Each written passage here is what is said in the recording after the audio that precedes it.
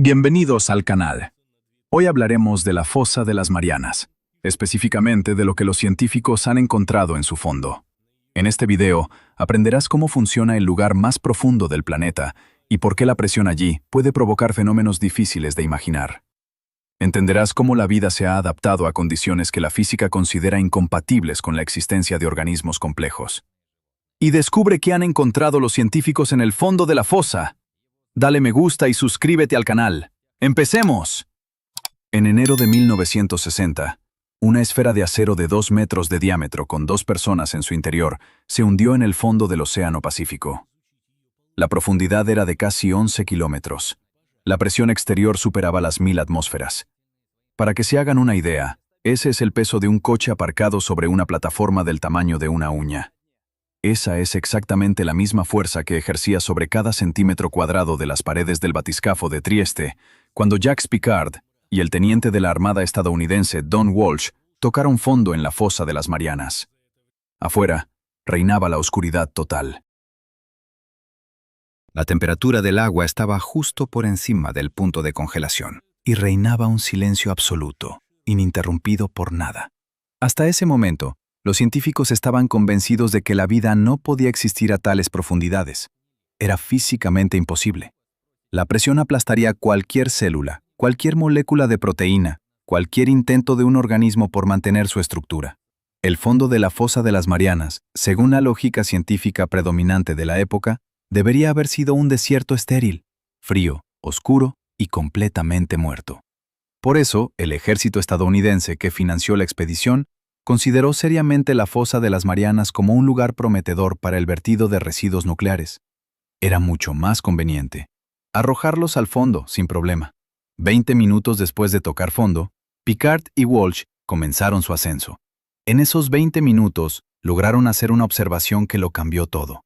Un pez brilló en el haz del foco, plano, como una platija, vivo, a una profundidad de casi 11 kilómetros, donde el calcio se licúa bajo presión y los huesos de los vertebrados deberían literalmente disolverse. Donde ni un solo fotón de luz solar penetra, donde la temperatura apenas difiere del punto de congelación del agua. Había pescado. El proyecto de eliminación de residuos nucleares se clausuró ese mismo año, pero aquello fue solo el principio. Lo que los científicos descubrieron en las décadas siguientes fue tan inesperado que cada nueva inmersión reescribía las conclusiones anteriores. Una y otra vez, la fosa de las Marianas resultó ser algo distinto de lo que creían. Y el descubrimiento más asombroso aguardaba a los investigadores no en el fondo, sino en los cuerpos de las criaturas que allí habitan. La fosa de las Marianas es mucho más que un simple agujero en el fondo oceánico. Se trata de una enorme falla geológica de 2.540 kilómetros de longitud y 69 kilómetros de ancho en promedio que recorre las Islas Marianas en el Pacífico Occidental. Su forma es de media luna.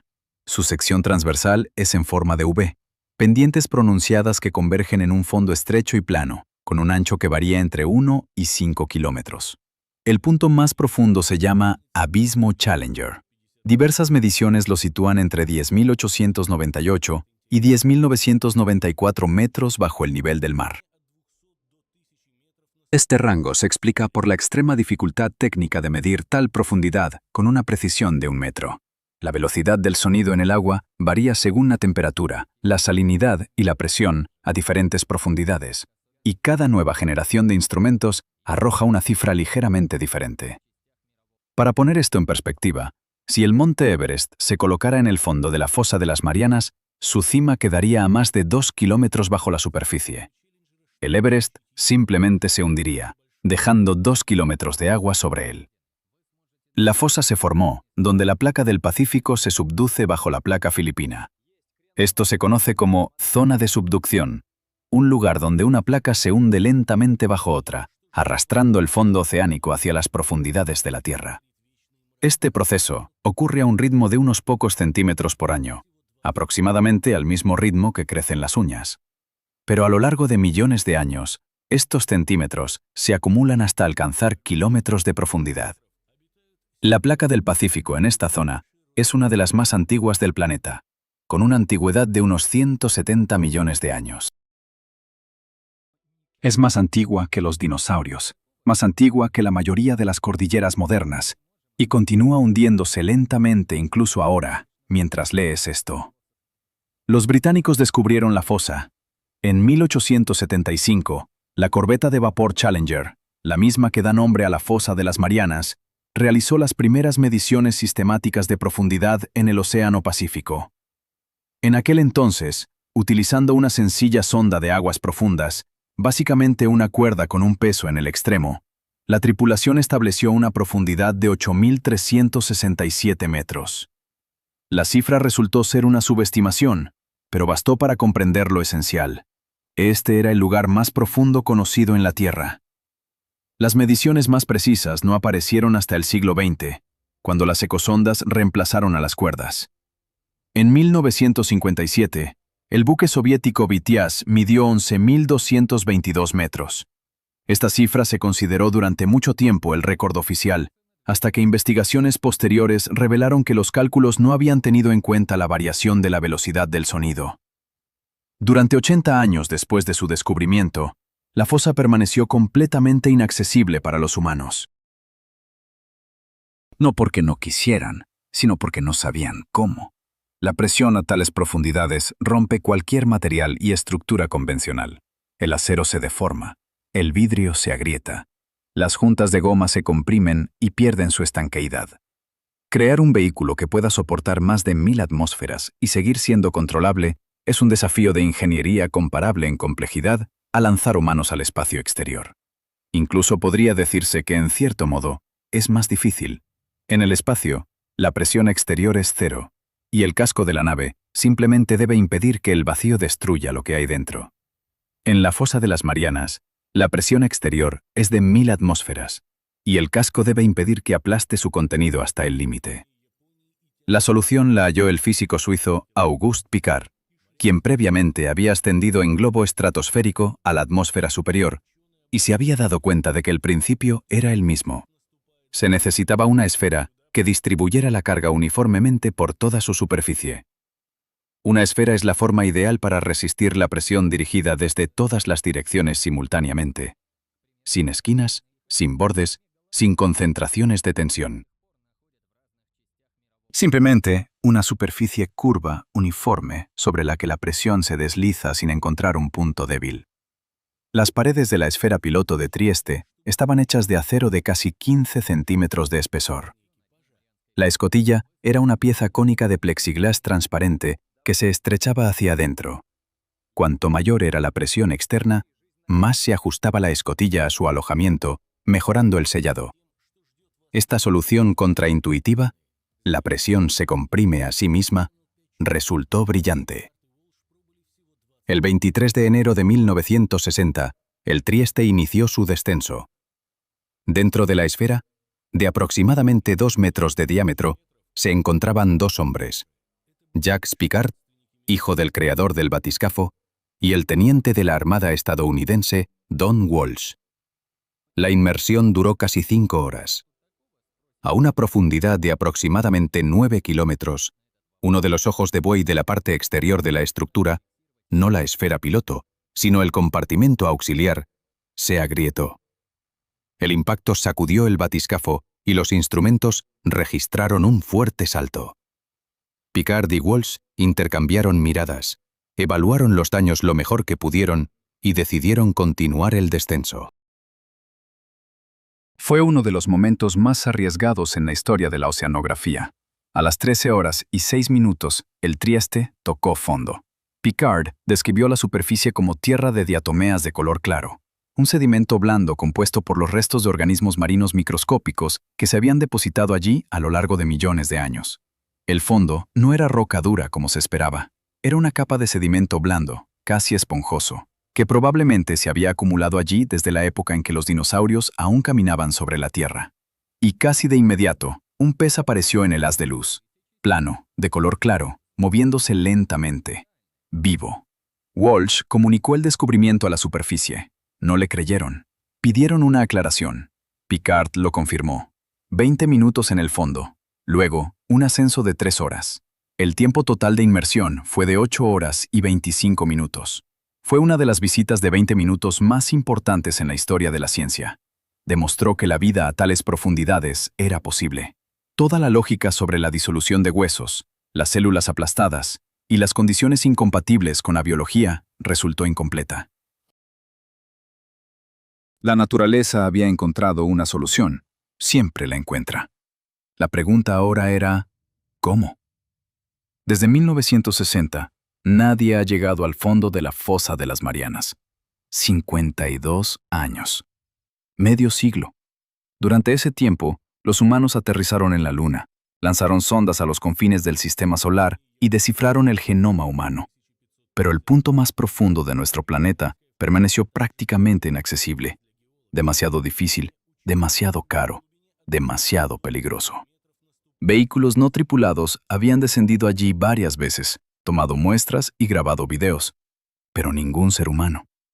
La siguiente persona en llegar al fondo de la fosa de las Marianas fue el cineasta canadiense James Cameron.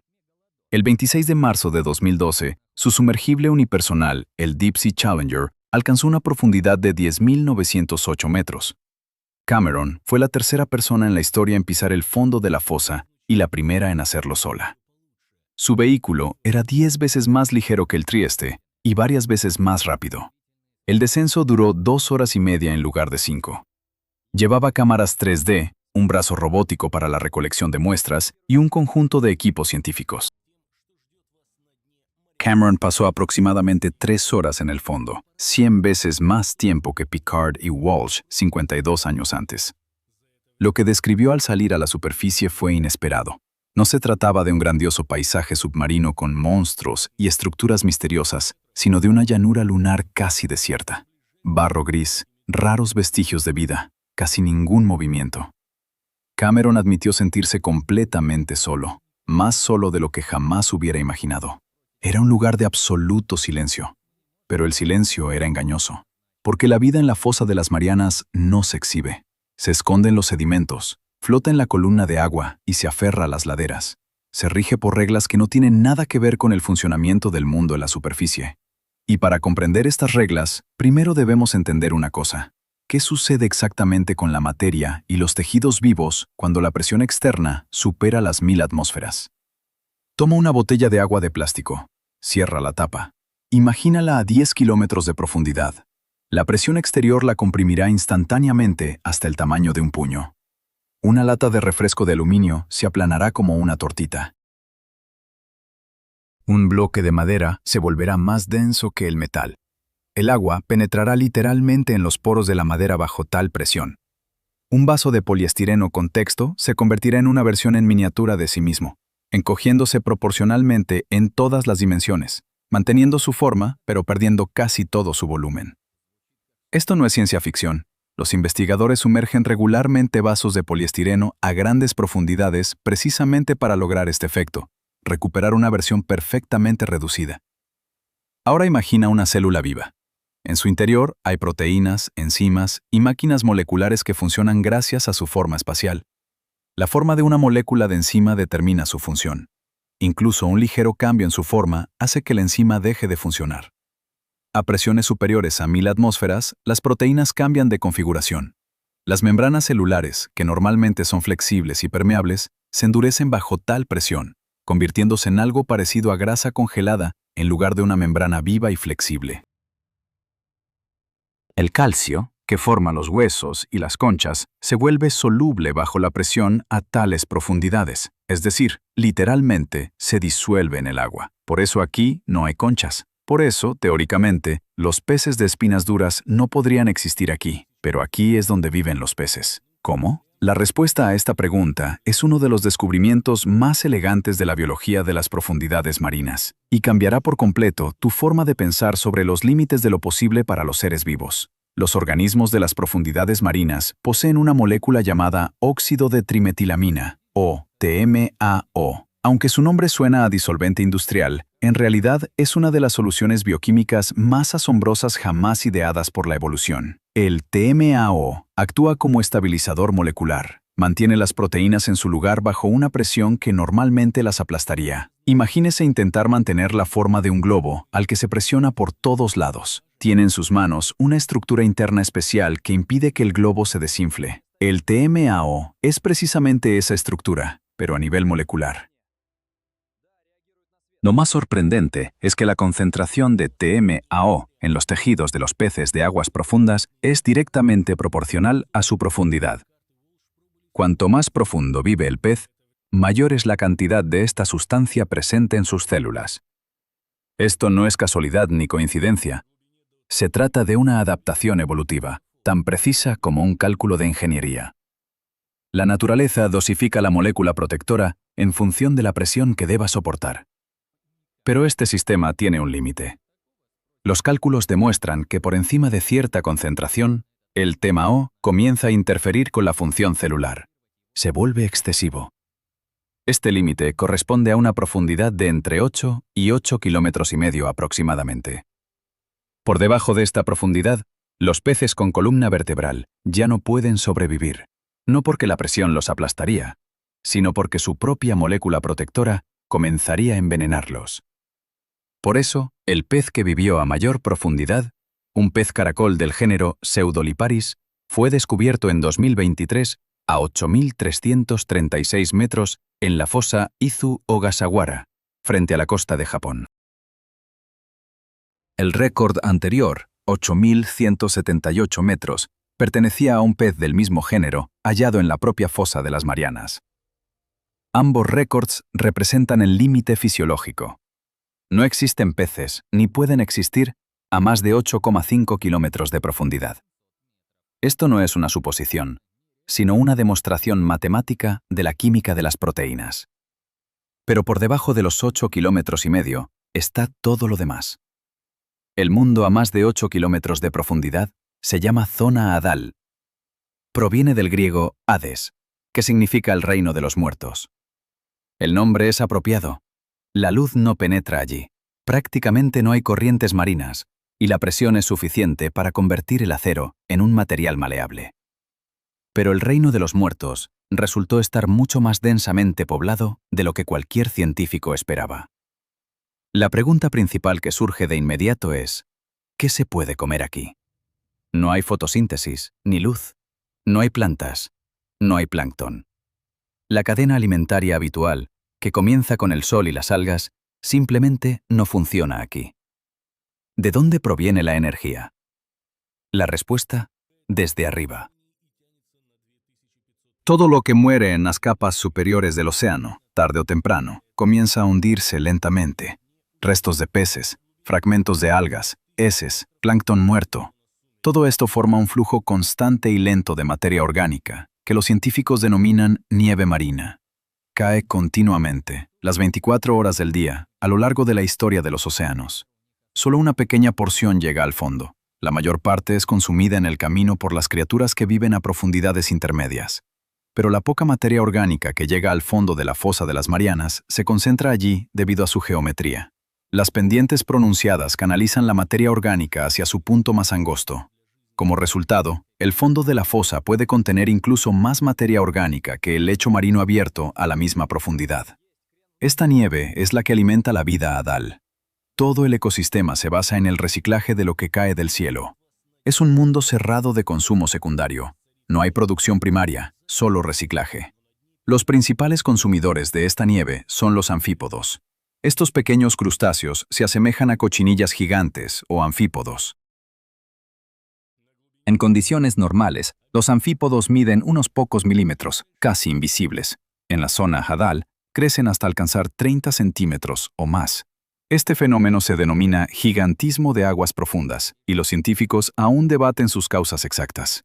Una teoría sugiere que el frío ralentiza el metabolismo, lo que permite al organismo vivir más tiempo y alcanzar tamaños inalcanzables para sus parientes de superficie. Otra teoría plantea que, cuando el alimento escasea, ser grande resulta ventajoso desde el punto de vista evolutivo. Un organismo de mayor tamaño puede sobrevivir más tiempo sin alimento y es capaz de devorar trozos más grandes de materia orgánica. La especie Irondelea gigas es una de las más estudiadas de la fosa de las Marianas. Estos anfípodos se han encontrado en prácticamente todas las trampas que los investigadores han sumergido. Son increíblemente activos, reaccionan rápidamente a cualquier fuente de materia orgánica y son capaces de congregarse en grandes cantidades alrededor del cebo a las pocas horas de su introducción. En un mundo donde el alimento es escaso y abundante, tal reacción es comprensible. Hirondellea gigas posee otra característica única. Se han encontrado en su cuerpo enzimas que pueden descomponer la celulosa de la madera, un material que la mayoría de los animales no pueden digerir. Esto significa que los anfípodos de la fosa de las Marianas han aprendido a extraer nutrientes de lo que otros organismos consideran completamente incomestible. La evolución en condiciones de extrema escasez de recursos no deja lugar a la selectividad. Además de anfípodos, el fondo de la fosa alberga xenofióforos, criaturas difíciles incluso de clasificar correctamente. Son organismos unicelulares, pero una sola célula puede alcanzar los 10 centímetros de diámetro. Una célula tiene el tamaño de una naranja. Los xenofióforos construyen estructuras complejas a su alrededor con partículas de sedimento unidas por materia orgánica, creando una especie de envoltura mineral que protege su delicado contenido celular. Son resistentes a concentraciones de metales pesados que matarían a cualquier otro organismo conocido. Plomo, uranio y mercurio. El sedimento del fondo de la fosa de las Marianas contiene numerosas sustancias acumuladas allí durante millones de años. Los xenofióforos no solo sobreviven junto a ellas, sino que parecen haber aprendido a incorporar metales pesados a sus estructuras. Las chimeneas hidrotermales merecen una mención aparte. En el fondo de la fosa de las Marianas, a unos 2 kilómetros bajo la superficie, no exactamente en el abismo, pero sí en una zona de presión extrema, operan las llamadas chimeneas negras. Se trata de grietas en el fondo marino, de las que brota agua sobrecalentada a temperaturas de hasta 450 grados Celsius.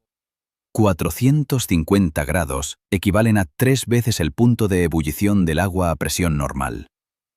Sin embargo, el agua no hierve. La presión es tan grande que la mantiene líquida incluso a esta temperatura. Es similar a lo que ocurre en una olla a presión, solo que a una escala incomparablemente mayor. El agua en una olla a presión permanece líquida a 120 grados porque la presión interna es ligeramente superior a la atmosférica. Aquí, la presión es cientos de veces superior a la atmosférica, y el agua permanece líquida a 450 grados. Una forma de vida única se agrupa alrededor de estos manantiales. Las bacterias no se alimentan de materia orgánica que cae desde arriba, sino de la energía química de los propios manantiales. Oxidan el sulfuro de hidrógeno y otros compuestos que brotan del interior de la Tierra junto con el agua sobrecalentada. Este es el proceso de quimiosíntesis, una alternativa a la fotosíntesis que no requiere energía solar. La vida es completamente independiente de la estrella. Organismos más complejos, gusanos, camarones, caracoles, se congregan alrededor de las esteras bacterianas. Existe todo un ecosistema, sostenido por el calor y la química del interior de la Tierra, no por la luz solar. Estos descubrimientos obligaron a los astrobiólogos, científicos que estudian la posibilidad de vida más allá de la Tierra, a observar la fosa de las Marianas con una perspectiva completamente diferente. Si la vida puede existir sin luz, sin el calor de una estrella, a una presión de 1000 atmósferas y a una temperatura cercana a cero, ¿por qué no podría existir, por ejemplo, bajo la corteza helada de Europa, la luna de Júpiter? Allí también, presumiblemente, hay un océano líquido, calor de las profundidades y ausencia de luz solar. La fosa de las Marianas se ha convertido en algo más que un objeto de estudio oceanográfico. Se ha transformado en un modelo para la búsqueda de vida en el universo. Pero volvamos a los anfípodos. Fueron la fuente de un descubrimiento que, en 2016, obligó a la comunidad científica a detenerse y releer los resultados 2 veces. El científico británico Alan Jamieson y su equipo recuperaron muestras de cuerpos de anfípodos del fondo de la fosa de las Marianas y las sometieron a análisis químico. El objetivo era comprender con exactitud qué comen estas criaturas y cómo funciona su metabolismo. Los resultados fueron completamente inesperados. Se descubrió que los tejidos de los anfípodos contenían contaminantes orgánicos persistentes, bifenilos policlorados, o PCB, y otros compuestos industriales tóxicos, cuya producción fue prohibida en la mayoría de los países en la década de 1970. Se prohibieron porque estas sustancias no se biodegradan, se acumulan en los tejidos de los organismos vivos y se transmiten a lo largo de la cadena alimentaria, causando daños a largo plazo. Su producción se prohibió hace 50 años. pero no han desaparecido. Se han depositado en el fondo del océano. La concentración de estas sustancias en los cuerpos de los anfípodos de la fosa de las Marianas resultó ser mayor que en los cuerpos de los peces de los ríos más contaminados de China. Ríos donde una cuarta parte del agua no es apta ni siquiera para uso industrial y donde el contacto con el agua causa daños en la piel. El lugar más aislado del planeta. A 11 kilómetros bajo la superficie. Ni una sola instalación industrial en miles de kilómetros a la redonda. Y la concentración de sustancias tóxicas industriales es mayor que en las zonas industriales más contaminadas del mundo. ¿Cómo es esto posible? La respuesta es simple, pero aún más dolorosa. Los PCB se produjeron durante décadas. Terminaron en los ríos que los transportaron al océano. En el océano, las moléculas contaminantes se adhirieron a partículas orgánicas, las mismas que componen la nieve marina. Y lentamente, año tras año, década tras década, esta nieve envenenada cayó. Hasta el fondo, hasta el punto más angosto del embudo, donde los anfípodos devoraron la materia orgánica y, junto con ella, acumularon en sus tejidos todo lo que la humanidad había desechado durante los últimos 100 años. La depresión actuaba como una trampa. Su geometría, la forma de embudo que concentra la materia orgánica y la hace accesible a la vida hadal, concentraba simultáneamente todo aquello que se había adherido a esa materia orgánica en su descenso. La naturaleza había creado el depósito perfecto, y a lo largo de varias décadas los humanos lo habían llenado con sus desechos. Pero las toxinas en el tejido de los anfípodos no fueron lo más sorprendente que los investigadores hallaron en la fosa de las Marianas. Porque el siguiente descubrimiento fue mucho más obvio y, por lo tanto, mucho más revelador. En 2019, el explorador y empresario estadounidense Víctor Vescovo realizó una serie de inmersiones en la fosa de las Marianas a bordo del sumergible Limiting Factor. Esto formaba parte del ambicioso proyecto Five Deeps, cuyo objetivo era alcanzar el punto más profundo de cada uno de los 5 océanos del planeta. Vescovo descendió varias veces a la fosa Challenger, convirtiéndose en uno de los pilotos de aguas profundas más experimentados de la historia. Durante una de sus inmersiones, descubrió 3 nuevas especies marinas, hasta entonces desconocidas para la ciencia. Esto, en sí mismo, constituyó un logro significativo, pero la noticia principal de la expedición era otra.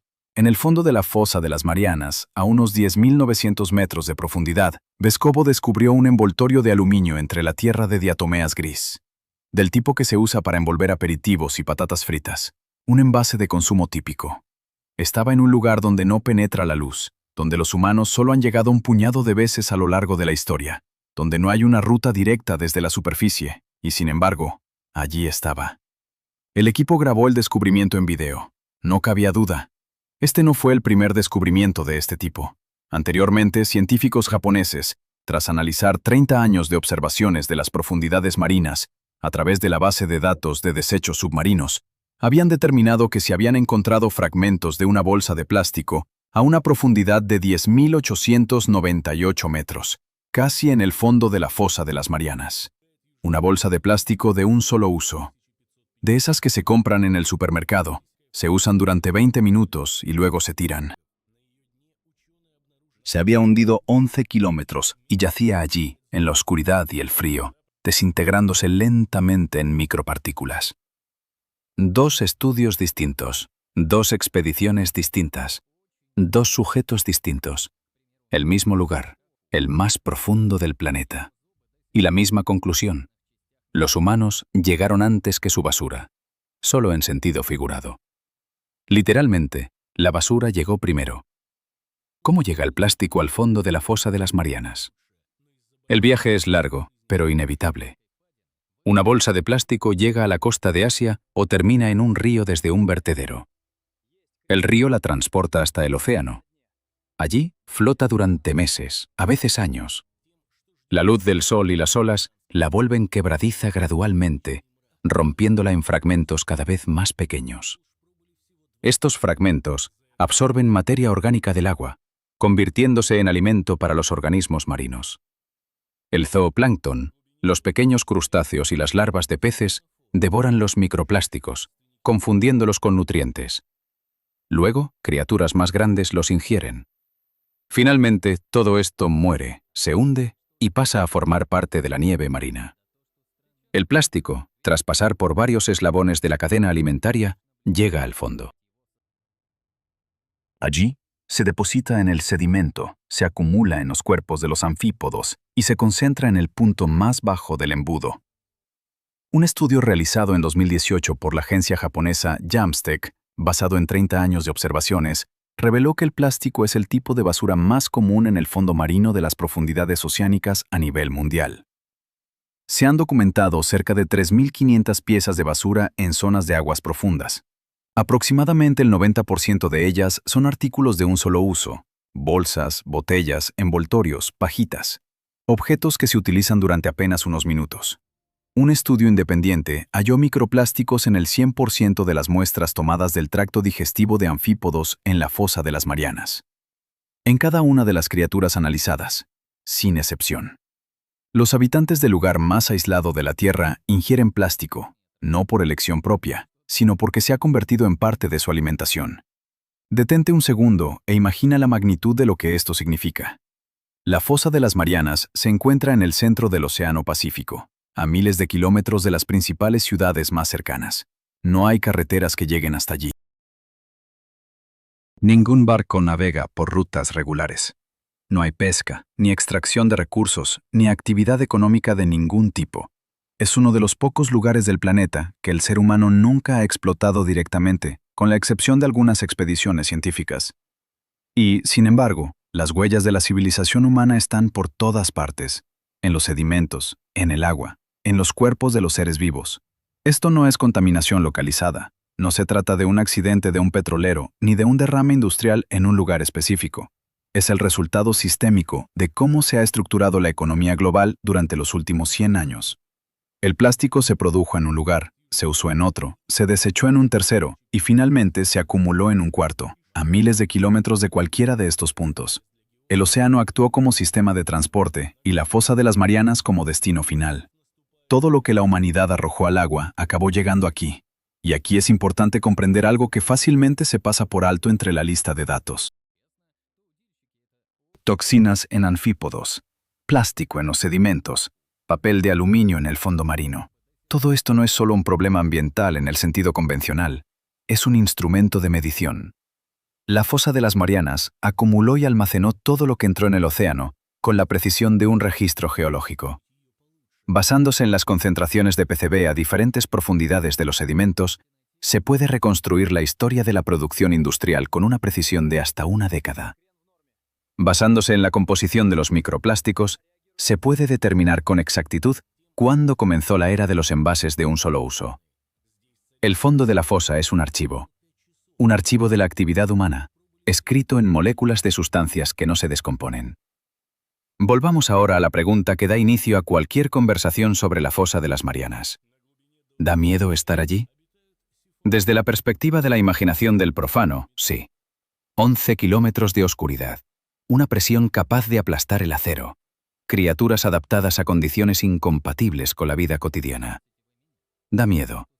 Así funciona la percepción humana. Tememos a la oscuridad, a los espacios confinados, a la presión y a las profundidades. La fosa de las Marianas activa todos estos miedos simultáneamente. Pero en cuanto a la amenaza real, la situación es diferente. Ninguna criatura de la fosa de las Marianas ha representado jamás una amenaza para los humanos, simplemente porque ninguna puede ascender lo suficiente como para encontrarse con uno. La presión a la que están expuestas es una condición necesaria para su existencia. El anfípodo Irondelea gigas, al ser llevado a la superficie, muere. La presión es demasiado baja, las condiciones demasiado extrañas. Los monstruos de la fosa de las Marianas están atrapados donde viven. No escaparán. Pero lo que la humanidad ha enviado en la dirección opuesta, desde abajo hacia arriba en la cadena alimentaria, ya ha sucedido. Los microplásticos de los cuerpos de los anfípodos terminan en los cuerpos de los peces, que se alimentan de criaturas de las capas intermedias del agua. Los peces más grandes comen peces. Nosotros comemos peces más grandes. Investigaciones recientes han documentado microplásticos en los tejidos de peces marinos comerciales en todo el mundo. En el atún, en las sardinas, en los camarones, en los mejillones. Se han encontrado microplásticos en el agua potable, la cerveza, la sal y la miel. En 2022, un estudio publicado en la revista Environment International documentó microplásticos en la sangre humana. El 80% de los 77 participantes del estudio tenían concentraciones detectables de partículas de plástico en su torrente sanguíneo. El ciclo se ha completado. La persona tiró el plástico. El plástico se hundió hasta el fondo de la fosa de las Marianas. Las criaturas de la fosa de las Marianas lo acumularon. La cadena alimenticia lo devolvió al plato y a la sangre. La fosa de las Marianas ha aterrorizado a la gente durante siglo y medio. Primero porque era un lugar inexplorado. Luego porque estaba habitada por criaturas que no encajaban en ninguna concepción convencional del mundo. Después porque el ser humano descendió hasta allí y en cada ocasión se asoció con un riesgo real para la vida. Todos estos temores son comprensibles y a su manera justificados. Pero ninguno de ellos son temores relacionados con el problema real. El verdadero problema no es lo que vive en el fondo de la fosa de las Marianas.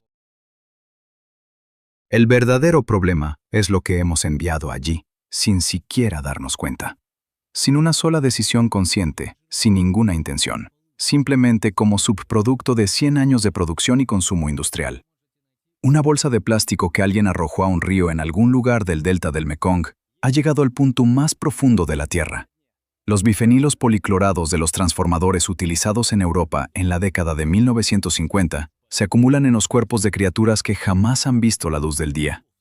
Esto no es una metáfora, es una realidad literal, medible y documentada. La fosa de las Marianas es el lugar más profundo, oscuro y aislado del planeta, y ha demostrado ser el indicador más preciso del impacto de la humanidad en nuestro planeta. No porque alguien la haya elegido específicamente para este propósito, sino porque, por su propia naturaleza, recoge, concentra y almacena todo lo que arrojamos a sus aguas. Archiva nuestra historia con mayor exactitud que cualquier crónica. Jacques Piccard y Don Walsh descendieron allí en 1960 para comprobar si había vida. La había. La siguiente pregunta que plantea la trinchera hoy es diferente. No es, ¿hay vida allí?, sino, ¿qué hicimos con esa vida antes incluso de bajar allí? La respuesta está escrita en el sedimento del fondo, en los cuerpos de los anfípodos, en un envoltorio de papel de aluminio que yace en la oscuridad a una profundidad de casi 11 kilómetros. La fosa de las Marianas no da miedo por lo que oculta, sino por lo que refleja. Piénsalo la próxima vez que cojas una bolsa de plástico en la caja.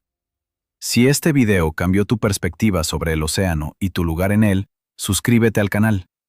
El próximo video no será menos sorprendente.